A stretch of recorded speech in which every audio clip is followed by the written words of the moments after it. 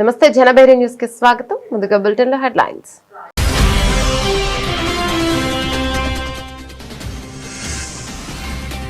America ప్రభుత్వంలో పెను సంక్షోభం. నేటి నుంచి 1,00,000 మంది ఉద్యోగులు ఇంటికి.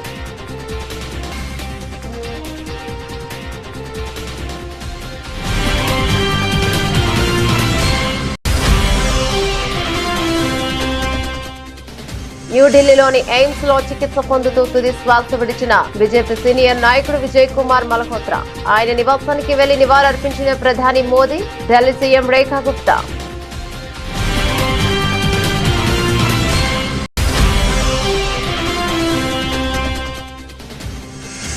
ఆసియాకు ఫైనల్ ట్రోఫీ వివాదంపై స్పందించిన captain Surya, ICC chief Mohsin Naqvi trophy తీసుకొని పారిపోయారంటూ సంచలన ఆరోపణ.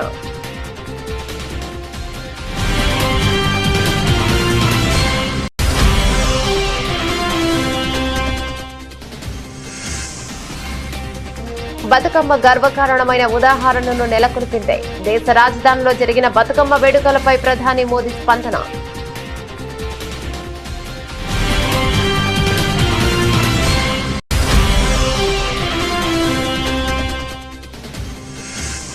హైదరాబాద్ కు కొత్త పోలీస్ బాధ్యతలు స్వీకరించిన వీసీ సజ్జనార్. సివి ఆనంద్ నుంచి అధికారికంగా బాధ్యతలు అందుకున్న సజ్జనార్.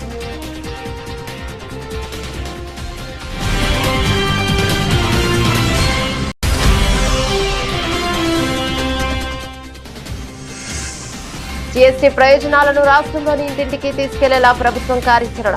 ఇందులో భాగంగా ఏర్పాటైన కేబినెట్ సబ్ కమిటీతో సీఎం చంద్రబాబు సమీక్ష.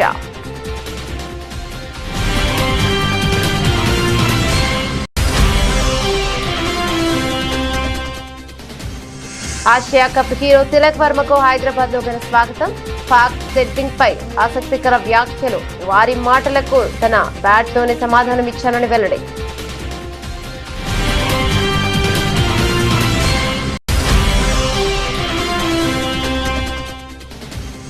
సొంత నియోజకవర్గంలో హోంమంత్రి అనిత వాహనాన్ని అడ్డుకున్న మత్స్యకారుడు. బల్క్ డ్రగ్ పార్క్ ను రద్దు చేయాలని స్థానికుల డిమాండ్. కమిటీ హామీతో భేదం.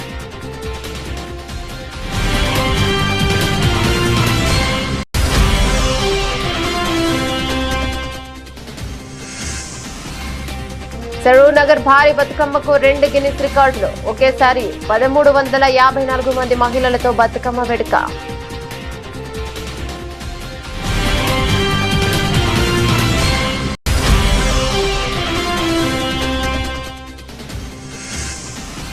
వైఫల్యాలపై సమాధానం చెప్పుకోలేని దుస్థితిలో కూటమి ప్రభుత్వం. మండిపడ్డ మాజీ ఎమ్మెల్యే టీజేఆర్ సుధాకర్ బాబు.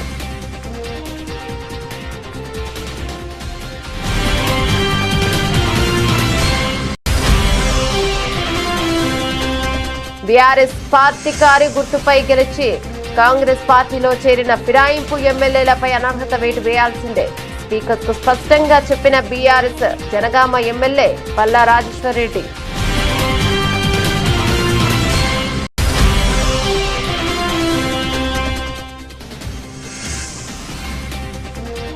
రికార్డులు బద్దలు కొట్టిన పసుడి వెండి ధరలు. ఆకాశమే హద్దుగా కొత్త గరిష్టాలు.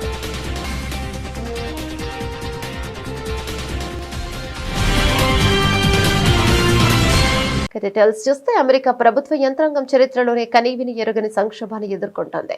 డొనాల్డ్ ట్రంప్ పాలన తీసుకున్న సంచలన నిర్ణయాల ఫలితంగా నేటి నుంచి ఏకంగా 1,00,000 మంది ఫెడరల్ ఉద్యోగులు తమ విధులకు దూరమవుతున్నారు. అమెరికా చరిత్రలోనే అతిపెద్ద సామూహిక నిష్క్రమణగా నిపుణులు దీనిని అభివర్ణిస్తున్నారు. ఈ ఏడాది చివరి నాటికి ఈ సంఖ్య 3 లక్షలకు చేరుకుంటుందని అంచనా వేస్తున్నారు. ఇది రెండో ప్రపంచ యుద్ధం తర్వాత ఒకే ఏడాదిలో ఇంత పెద్ద సంఖ్యలో ప్రభుత్వ ఉద్యోగులు వైదొలగడం ఇదే మొదటిసారి.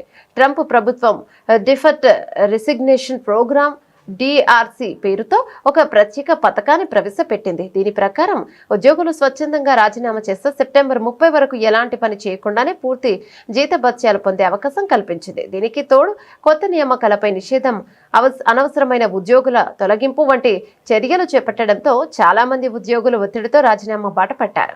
ప్రభుత్వ సామర్థ్యాన్ని పెంచేందుకే ఈ సంస్కరణలు అని ట్రంప్ సర్కార్ సమర్థించుకుంటుండగా ఇది ప్రభుత్వ వ్యవస్థను నిర్వీర్యం చేయడమేనని విమర్శకులు ఆరోపిస్తున్నారు. అన్నారు. ఈ విధానాలను సవాలు చేస్తూ ఉద్యోగ సంఘాలు కోర్టును ఆశ్రయించిన సుప్రీంకోర్టు 8-1 తేడాతో ప్రభుత్వ చర్యలు సమర్థించడం గమనార్హం. న్యూఢిల్లీలోని ఎయిమ్స్ లో చికిత్స పొందుతూ సీనియర్ బీజేపీ నాయకుడు విజయ్ కుమార్ మల్హోత్రా తుది శ్వాసను విడిచారు. ఈ విషయం తెలుసుకున్న ప్రధానమంత్రి నరేంద్ర మోదీ విజయ్ కుమార్ మల్హోత్రా నివాసానికి వెళ్లి వారి భౌతిక కాయానికి నివాళులు అర్పించారు. అనంతరం మల్హోత్రా కుటుంబ సభ్యులను కూడా కలిసి వారిని పరామర్శించి మనోధైర్యం కల్పించారు. మరోవైపు Delhi CM Rekha Gupta BJP senior నేత మల్హోత్రా పార్థివ దేహానికి నివాళులర్పించారు. ఈ సందర్భంగా ఆమె మాట్లాడుతూ ఆయన ఢిల్లీలో తొలి మెట్రోపాలిటన్ కౌన్సిలర్ మరియు నగరానికి పునాది వేశారని అన్నారు. ప్రస్తుత ఢిల్లీలోని ప్రతి అంశం ఆయన గణనీయమైన సహకారాన్ని చూపిస్తోందని గుర్తు చేశారు. हमारे वरिष्ठतम नेता, दिल्ली जनसंघ के पहले अध्यक्ष और दिल्ली सरकार में भी जब राज्य सरकार नहीं थी मेट्रोपॉलिटन काउंसलर होते थे, तो वो प्रथम मेट्रोपॉलिटन काउंसलर दिल्ली के रहे. एक तरह से माने तो तब के मुख्यमंत्री के प्रोफाइल में काम उनके द्वारा किया जाता था. दिल्ली की हर वो नींव की ईंट उनके द्वारा रखी गई.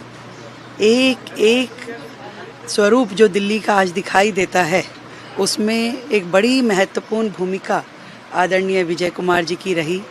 कार्यकर्ताओं के संरक्षक के रूप में उन्होंने हमेशा मार्गदर्शन किया और मुझे भी हमेशा उनका स्नेह मिला. उनका जब मैं मुख्यमंत्री बनने के बाद उनका आशीर्वाद लेने आई तो भी वो बहुत प्रसन्न थे कि 27 साल बाद दिल्ली में भाजपा की सरकार बनी है. खूब उन्होंने आशीर्वाद दिया और पूरे अच्छी उम्र पूरी करके पूरी आखिरी पल तक बहुत एक्टिव रह करके सारे विषयों का संज्ञान लेते हुए उन्होंने अपने जीवन का ये पड़ाव पूरा किया है. ईश्वर उनकी आत्मा को अपने चरणों में स्थान दे और उनके जीवन से हम सबको बहुत प्रेरणा मिले. मैं आज उनका आज का नहीं है, कल का उनका अंतिम संस्कार रहेगा और पूरे राजकीय शोक के साथ में उनका अंतिम संस्कार किया जाएगा. ఆసియా కప్ ఫైనల్లో పాకిస్తాన్ పై భారత్ ఘన విజయం సాధించిన ట్రోఫీ అందుకోకపోవడంపై చెలరేగిన వివాదంపై టీమిండియా కెప్టెన్ సూర్యకుమార్ యాదవ్ సంచలన వ్యాఖ్యలు చేశారు. ట్రోఫీని తాము తిరస్కరించలేదని, ఆసియా క్రికెట్ కౌన్సిల్ ఏసీసీ అధికారులే దానిని తీసుకుని పారిపోయారని ఆయన ఆరోపించారు. ఫైనల్ మ్యాచ్ లో పాకిస్తాన్ భారత్ 5 వికెట్ల తేడాతో ఓడించింది. అనంతరం జరిగిన ట్రోఫీ ప్రధానోత్సవంలో ఏసీసీ చీఫ్ పాకిస్తాన్ కు చెందిన రాజకీయ నేత మొహసిన్ నఖ్వీ చేతుల మీదుగా ట్రోఫీని స్వీకరించేందుకు భారత జట్టు నిరాకరించింది.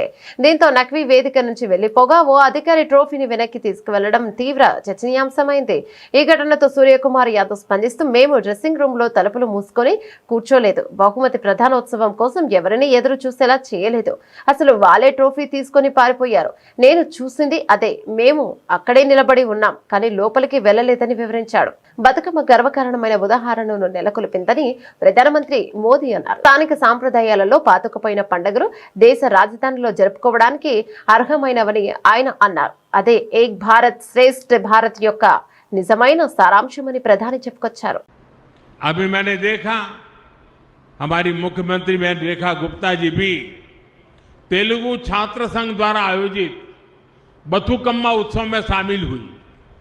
मेरा दिल्ली भाजपा से आग्रह है, सभी कार्यकर्ताओं से आग्रह है, देश के कोने कोने के ऐसे पर्वों को, क्योंकि वहां के लोग यहां रहते हैं, उनके साथ मिलकर हिंदुस्तान के किसी भी कोने का कोई भी उत्सव ऐसा नहीं हो कि जो हम यहां रहने उस राज्य वालों के साथ मिलकर धूमधाम से सेलिब्रेट न करें. ये हमने करना चाहिए. देश से यहां रहने के लिए आए हुए लोगों को लगना चाहिए कि एक भारत श्रेष्ठ भारत की भावना ये सिर्फ नारा नहीं है, भाजपा मेरा परिवार है, उस भाव से वो प्रकट होती है. देश का हर उत्सव दिल्ली में भारत और भारतीयता के उत्सव जैसा बने, हम सबको इसके लिए प्रयास करना चाहिए. హైదరాబాద్ నగర నూతన పోలీస్ కమిషనర్ గా సీనియర్ ఐపీఎస్ అధికారి విశ్వ సజ్జనార్ మంగళవారం బాధ్యతలను చేపట్టారు. నగర పోలీస్ కమిషనరేట్ కార్యాలయంలో ప్రత్యేక పూజలు నిర్వహించిన అనంతరం ఇప్పటి వరకు సిపిగా ఉన్న సివి ఆనంద్ నుంచి ఆయన అధికారికంగా బాధ్యతలను స్వీకరించారు. గత 4 ఏళ్లుగా తెలంగాణ రాష్ట్ర రోడ్డు రవాణా సంస్థ టీఎస్ఆర్టీసీ మేనేజింగ్ డైరెక్టర్ గా పనిచేస్తున్న సజ్జన సుదీర్ఘ విరామం తర్వాత మళ్లీ పోలీస్ శాఖలో కీలక బాధ్యతలను చేపట్టారు. 3 రోజుల క్రితం రాష్ట్ర ప్రభుత్వం ఉన్నత స్థాయి ఐపీఎస్ అధికారుల బదిలీలు చేపట్టిన విషయం తెలిసిందే. ఈ బదిలీలో భాగంగా సజ్జనాను హైదరాబాద్ సిపిగా నియమించారు. ఇంతకాలం నగర కమిషనర్ గా సేవలు అందించిన సివి ఆనంద్ ను ప్రభుత్వం హోంశాఖ ముఖ్య కార్యదర్శిగా బదిలీ చేసింది. ప్రభుత్వ ఉత్తర్వుల మేరకు ఆయన తన బాధ్యతలను సజ్జనార్కు అప్పగించారు. ఈ కార్యక్రమానికి పలువురు ఉన్నతాధికారులు హాజరయ్యారు.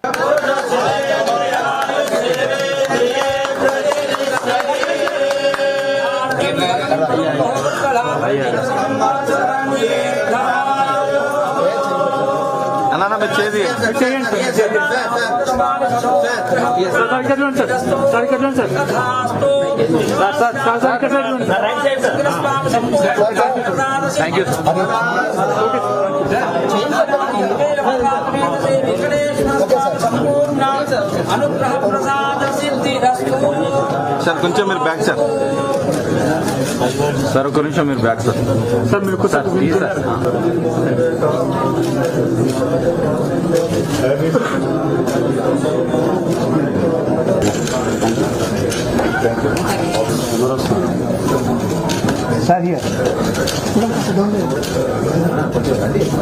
సూపర్ జీఎస్టీ సూపర్ సేవింగ్స్ పేరిట రాష్ట్ర ప్రభుత్వం జీఎస్టీ ప్రయోజనాలను రాష్ట్రంలోని ఇంటింటికి తీసుకెళ్లేలా కార్యాచరణ చేపట్టింది. ఇందులో భాగంగా ఏర్పాటైన కేబినెట్ సబ్ కమిటీ ముఖ్యమంత్రి చంద్రబాబు తన క్యాంపు కార్యాలయంలో వీడియో కాన్ఫరెన్స్ ద్వారా సమీక్షించారు.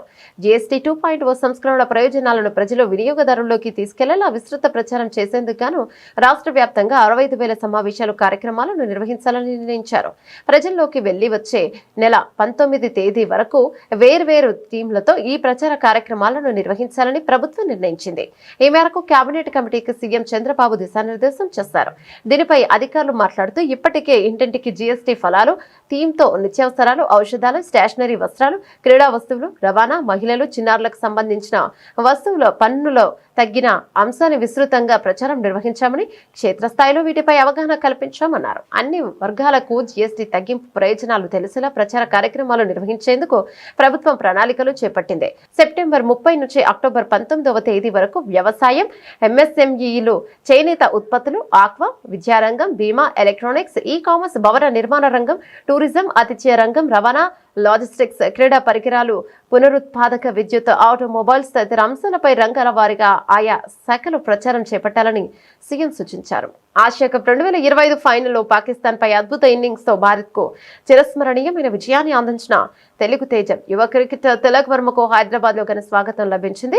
ఆసియా కప్ లో 9వసారి భారత్ ను విజేతగా నిలిపిన అనంతరం సోమవారం తన సొంత నగరానికి చేరుకున్న తిలక్ వర్మకు శంషాబాద్ విమానాశ్రయంలో అభిమానులు, క్రీడా శాఖ అధికారులకు నీరాజనం పలికారు. విమానాశ్రయానికి చేరుకున్న తిలక్ ను చూసేందుకు అభిమానులు పెద్ద ఎత్తున తరలివచ్చారు. ఆయన కారు ఎక్కగానే చుట్టుముట్టి తిలక్ తిలక్ అంటూ నినాదాలతో హోరెత్తించారు. అభిమానుల ఉత్సాహానికి స్పందించిన తిలక్ కారు సన్ రూఫ్ నుంచి బయటకొచ్చి వారికి అభివాదం చేశాడు. ఈ సందర్భంగా తెలంగాణ క్రీడా ప్రాధికార సంస్థ chairman Shivasena Reddy, managing director Soni Baladevi Tilak వర్మను శాల్వాతో సత్కరించి అభినందనలు తెలిపారు. ఈ టోర్నీలో ముఖ్యంగా ఫైనల్లో పాక్ ఆటగాళ్ల నుంచి ఎదురైన స్లెడ్జింగ్ గురించి తిలక్ ఆసక్తికర విషయాలను పంచుకున్నాడు. తాను క్రీజుల్లోకి వచ్చినప్పుడు పాకిస్తాన్ ఆటగాళ్లు చాలా మాటలు అన్నారని, వారిని మాటలతో కాకుండా తన బ్యాట్తోనే సమాధానం చెప్పాలని నిర్ణయించుకున్నానని తెలిపాడు. వారు చాలా విషయాలు మాట్లాడుతూ రెచ్చగొట్టారు. వాళ్ళ మాటలకు నా బ్యాట్తోనే బదులు ఇవ్వాలనుకున్నాను. ఇప్పుడు వాళ్ళు మైదానంలో ఎక్కడా కనిపించడం లేదని తిలక్ పేర్కొన్నాడు. ఆంధ్రప్రదేశ్ హోంశాఖ మంత్రి వంగలపూడి అనితకు తన సొంత నియోజకవర్గంలోని తీవ్ర నిరసన ఎదురైంది.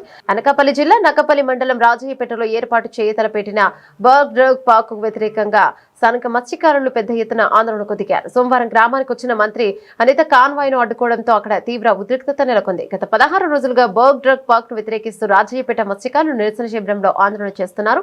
ఈ పార్క్ ఏర్పాటు వల్ల తమ సముద్ర తీరం కాలుష్యానుసారంగా మారుతుందని, ఇది తమ జీవనాధారమైన చేపల వేటను దెబ్బతీయడమే కాకుండా ప్రాణాలకే ముప్పు తెస్తోందని వారు ఆవేదన వ్యక్తం చేస్తున్నారు. బర్గ్ డ్రగ్ పార్క్ కంటే ఉరితాళ్లే మేలు అంటూ ప్రభుత్వానికి వ్యతిరేకంగా నినాదాలు చేశారు. క్రమంలో ధర్నా శిబిరాన్ని సందర్శించేందుకు వచ్చిన వచ్చిన మంత్రి అనితకు స్థానికులు ఊహించని రీతిలో నిరసన తెలిపారు. ఆమె ప్రయాణిస్తున్న మార్గంలో చెట్లను నరికి అడ్డంగా పడేసి కాన్వాయ్ను నిలిపేశారు. దీంతో మంత్రి తన వాహనం దిగి ఆందోళనకారులతో మాట్లాడాల్సి వచ్చింది. ఈ ప్రాజెక్టును తూర్పుగోదావరి నుంచి తమ ప్రాంతానికి మార్చడంపై వారు తీవ్ర ఆగ్రహాన్ని వ్యక్తం చేశారు.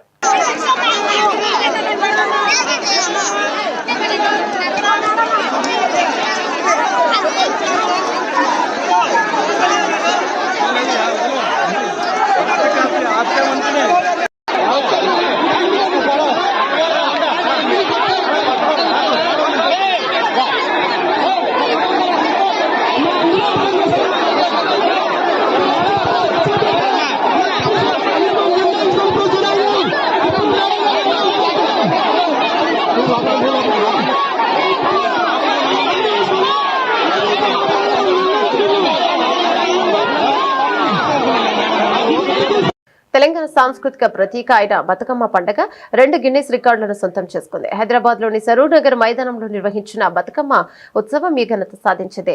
అతిపెద్ద జానపద నృత్యంగా అలాగే అతిపెద్ద బతుకమ్మగా ఈ కార్యక్రమం రికార్డు సృష్టించింది. గిన్నిస్ రికార్డు సాధన లక్ష్యంగా సరూర్ నగర్ స్టేడియంలో సోమవారం బతుకమ్మ సంబరాలు నిర్వహించారు. వేడుకల్లో భాగంగా 63 అడుగుల ఎత్తైన భారీ బతుకమ్మని ప్రత్యేకంగా రూపొందించారు.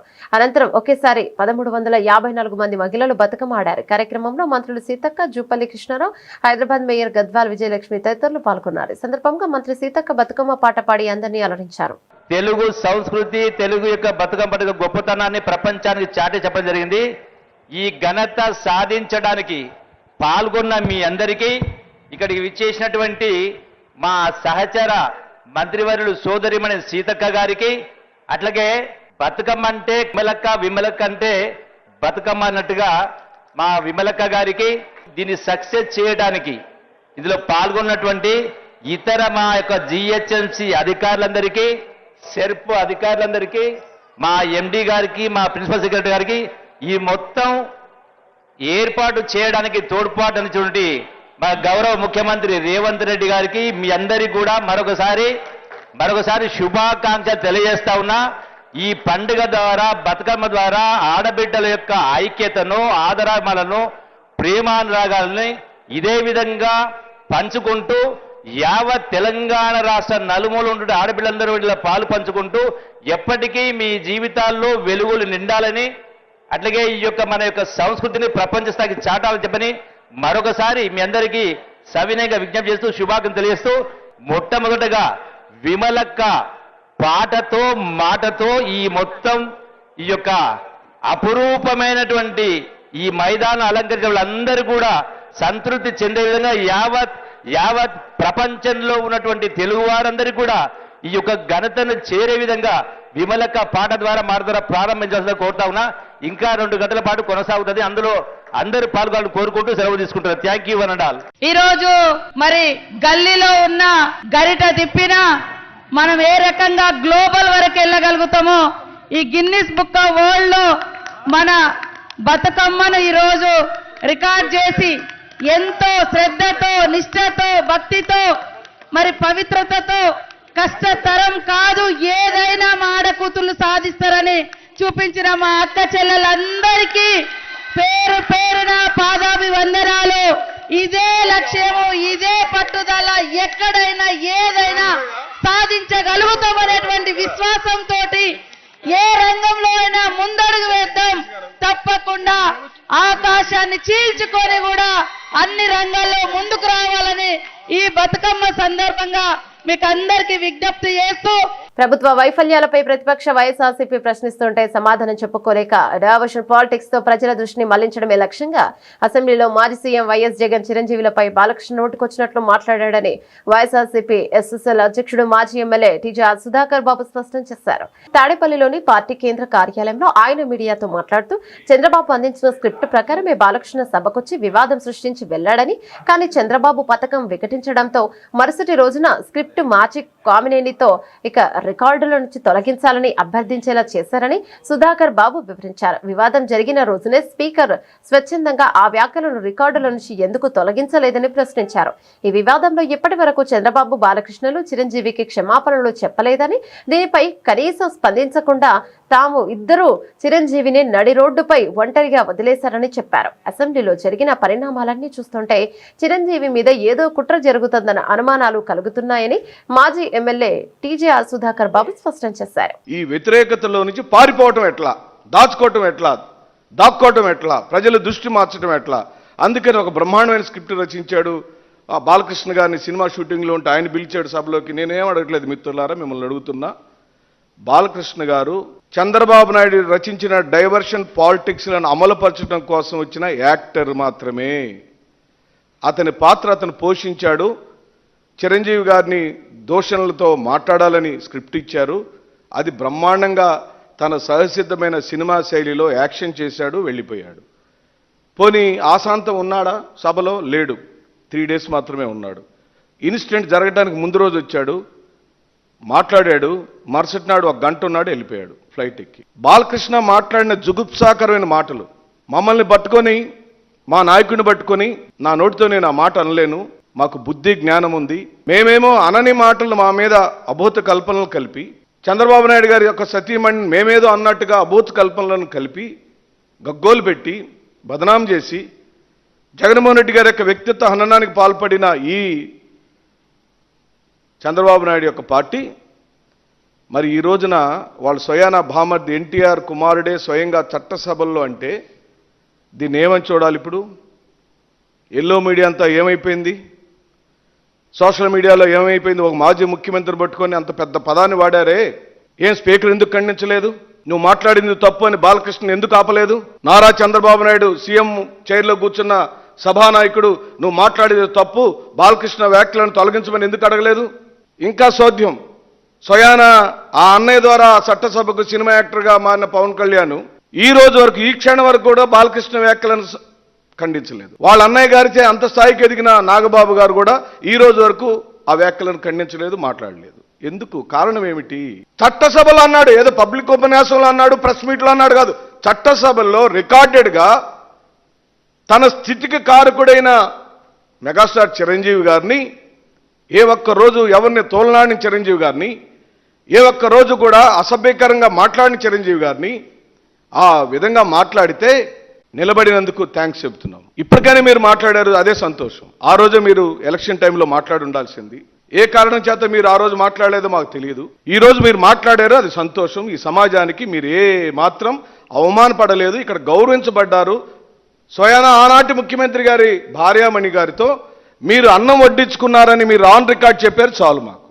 ఈ రోజేమో నీ తమ్ముడు గారైన పవన్ కళ్యాణ్ గారు సపోర్టుతో, మీ సపోర్టుతో అధికారంలోకి వచ్చిన నారా చంద్రబాబు నాయుడు బామర్ది ఎన్టీఆర్ కుమారుడు స్వయాన మిమ్మల్ని వాడు వీడంటే మీ తమ్ముళ్ళు మాట్లాడలేదు. చిరంజీవి గారు దయచేసి మీరు ఆలోచించమని సవినయంగా చేతులు జోడించి వేడుకుంటున్నాం. బీఆర్ఎస్ పార్టీ కారు గుర్తుపై గెలిచి కాంగ్రెస్ పార్టీలో చేసిన 10 మంది ఫిరాయింపు ఎమ్మెల్యేలపై అనర్హత వేటు వేయాల్సిందేనని స్పీకర్ కు స్పష్టంగా చెప్పినట్టు బీఆర్ఎస్ జనగామ ఎమ్మెల్యే పల్లా రాజేశ్వర్ రెడ్డి తెలిపారు. ఫిరాయింపు ఎమ్మెల్యేల కేసు విచారణ తొలి రోజు సోమవారం స్పీకర్ ఛాంబర్లో నిర్వహించారు.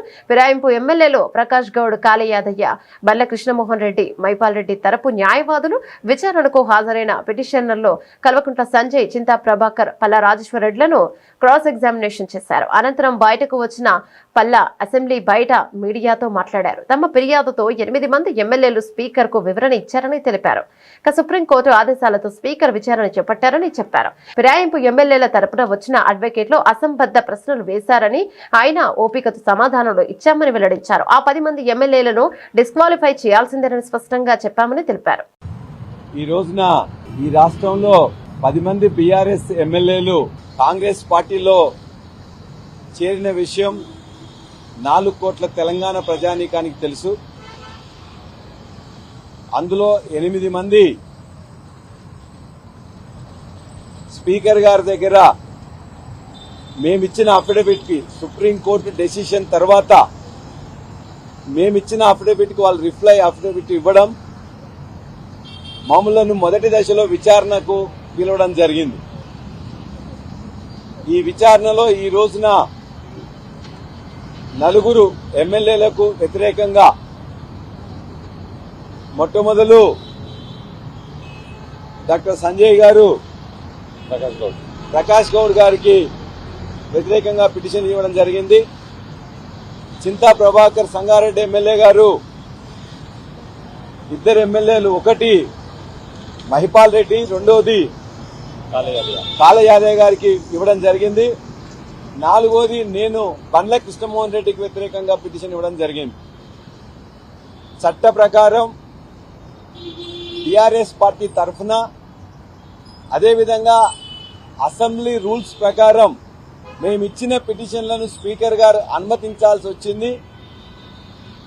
గత 20 సంవత్సరాల్లో చేయని విధంగా ఇవాళ సుప్రీంకోర్టు ఇన్వాల్వ్మెంట్ తో ఇవాళ స్పీకర్ గారు ఆఫీస్ కూడా ఇవాళ ఈ నిర్ణయం తీసుకొని ఈ యొక్క విచారణను చేయడం జరుగుతున్నది.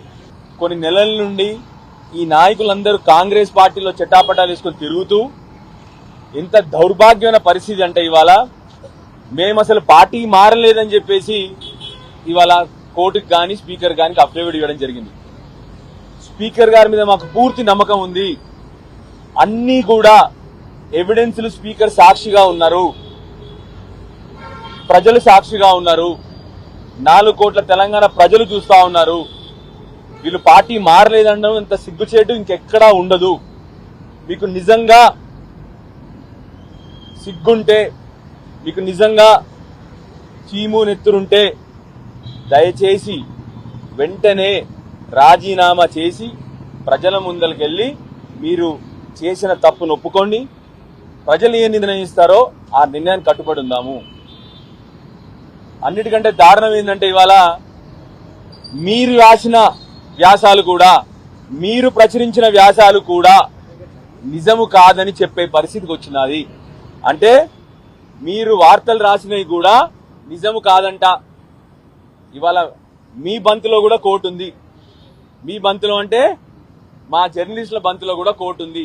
మీరన్నీ ప్రచురించినవి, మీరు టీవీలలో చూపెట్టినవి కూడా నిజము కాదన్న పరిస్థితిలో ఆ 8 మంది ఎమ్మెల్యేలు ఉన్నారు. ఇవాళ బులియన్ మార్కెట్ లో ధరల మూత మోగుతోంది. బంగారం, వెండి ధరలు సోమవారం సరికొత్త రికార్డులు సృష్టించి ఆల్ టైమ్ గరిష్ట స్థాయికి చేరాయి. దేశీయ మార్కెట్ లో ఈ పెరుగుదల అనూహ్యంగా ఉండడంతో పెట్టుబడిదారులు సంబరాల్లో మునిగిపోయారు. ముఖ్యంగా వెండి ధరలో కనీవిని ఎరుగని రీతిలో భారీ పెరుగుదల నమోదైంది. ఢిల్లీ స్పాట్ మార్కెట్ లో సోమవారం ఒక్కరోజే కిలో వెండి ధరపై ఏకంగా 7,000 రూపాయలు పెరిగి 1.5 లక్షల మైలురాయిని తాకింది. గత వారం రోజుల్లోనే కిలో వెండిపై 19,500 పెరగడంతో గమనార్హం. మరోవైపు 10 గ్రాముల స్వచ్ఛమైన బంగారం ధర 1,500 పెరిగి 1,19,500 వద్ద స్థిరపడింది. ఈ ఏడాది ప్రారంభం నుంచి బంగారం నుండి వెండి పెట్టుబడిదారులకు లాభాల పంట పండించాయి. గత ఏడాది డిసెంబర్ 31 నాటి ధరలతో పోలిస్తే 10 గ్రాముల బంగారంపై ఇప్పటి వరకు 40,550, 51.36% లాభం రాగా కిలో వెండిపై 60,367.22% రాబడి వచ్చింది. ఇక ఇదే సమయంలో దేశీయ స్టాక్ మార్కెట్ సూచీలైన సెన్సెక్స్, నిఫ్టీలు ఎలాంటి లాభాలు ఇవ్వకపోవడంతో పెట్టుబడిదారుల దృష్టి బులియన్ మార్కెట్ పై కేంద్రీకృతమైంది. ఈ ధరల పెరుగుదల ప్రభావం తెలుగు రాష్ట్రాల్లోనూ స్పష్టంగా కనిపించింది. హైదరాబాద్ మార్కెట్ లో 10 గ్రాముల మేలిమి బంగారం ధర 1,16,400 పలకగా కిలో వెండి ఏకంగా 1.59 లక్షల వద్ద ట్రేడ్ అవుతుంది. గత వారం ప్రొద్దుటూరులో బంగారం ధర 1.19 లక్షలు, విశాఖలో వెండి 1.59 లక్షల రికార్డు స్థాయికి చేరిన విషయం తెలిసిందే. బులెటిన్ ముగించే ముందు హెడ్లైన్స్ మరోసారి.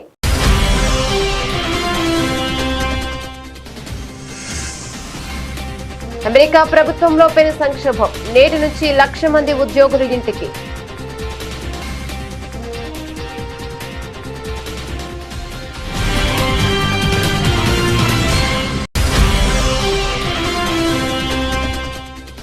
న్యూఢిల్లీలోని ఎయిమ్స్ లో చికిత్స పొందుతూ తుది శ్వాస విడిచిన బీజేపీ సీనియర్ నాయకుడు విజయ్ కుమార్ మల్హోత్రా. ఆయన నివాసానికి వెళ్లి నివాళులర్పించిన ప్రధాని మోదీ, ఢిల్లీ సీఎం రేఖా గుప్తా.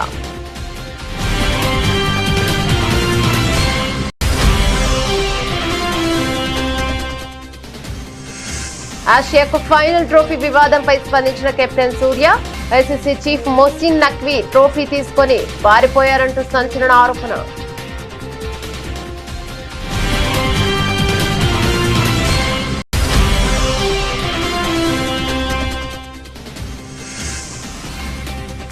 బతుకమ్మ గర్వకారణమైన ఉదాహరణను నెలకొల్పింది. దేశ రాజధానిలో జరిగిన బతుకమ్మ వేడుకలపై ప్రధాని మోదీ స్పందన.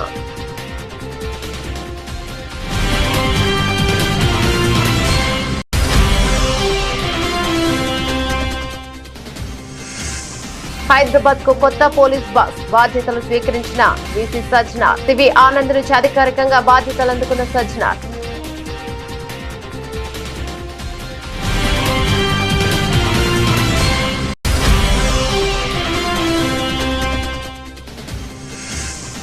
జీఎస్టీ ప్రయోజనాలను రాష్ట్రంలోని ఇంటింటికి తీసుకెళ్లేలా ప్రభుత్వం కార్యాచరణ.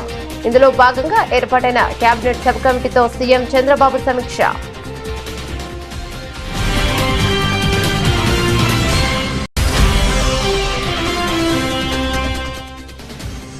ఆసియా కప్ హీరో తిలక్ వర్మకు హైదరాబాద్ లో ఘన స్వాగతం. పాక్ సెట్టింగ్ పై ఆసక్తికర వ్యాఖ్యలు. వారి మాటలకు తన బ్యాట్ తోనే సమాధానం ఇచ్చానని వెల్లడి.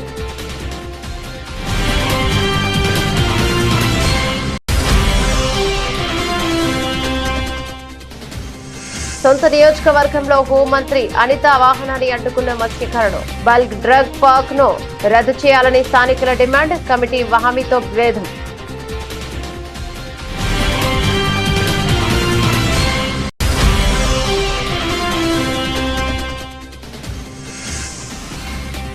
సరూర్ నగర్ భారీ బతుకమ్మకు 2 గిన్నిస్ రికార్డులు. ఒకేసారి 1354 మంది మహిళలతో బతుకమ్మ వేడుక.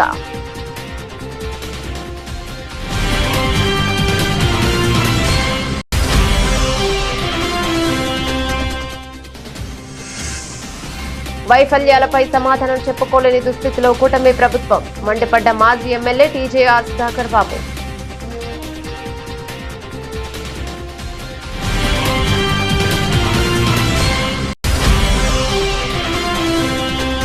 బీఆర్ఎస్ పార్టీ గుర్తుపై గెలిచి కాంగ్రెస్ పార్టీలో చేరిన ఫిరాయింపు ఎమ్మెల్యేలపై అనర్హత వేటు వేయాల్సిందే.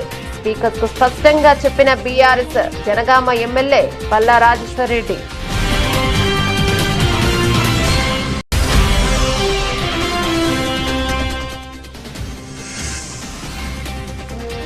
రికార్డులు బద్దలు కొట్టిన పసుడి వెండి ధరలు. ఆకాశమే హద్దుగా కొత్త గరిష్టాలు.